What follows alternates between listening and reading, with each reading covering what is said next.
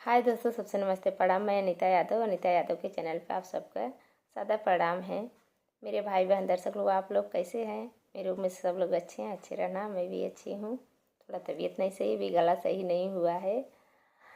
और अब सबके बीच एक मैं तिलक गीत लेकर उपस्थित हूँ। अच्छा लगे कमेंट बॉक्स में ज़रूर बताना। मेरे भाई बहन दर्शक लोग, एक दे प्रेम से बोल दो, हर हर महादेव, राधे राधे।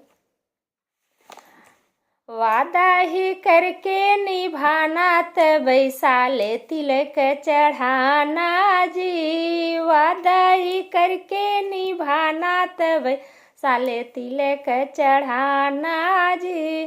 जो तोरी दीदी ही काली ही होगी, जो तोहरी बेटी समधी काली ही होगी, उनको ब्यूटी पार्लर भेजवाना तबै साले तिलक चढ़ाना।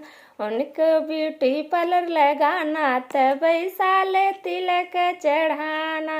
वादा ही करके निभाना तबै साल तिलक चढ़ाना।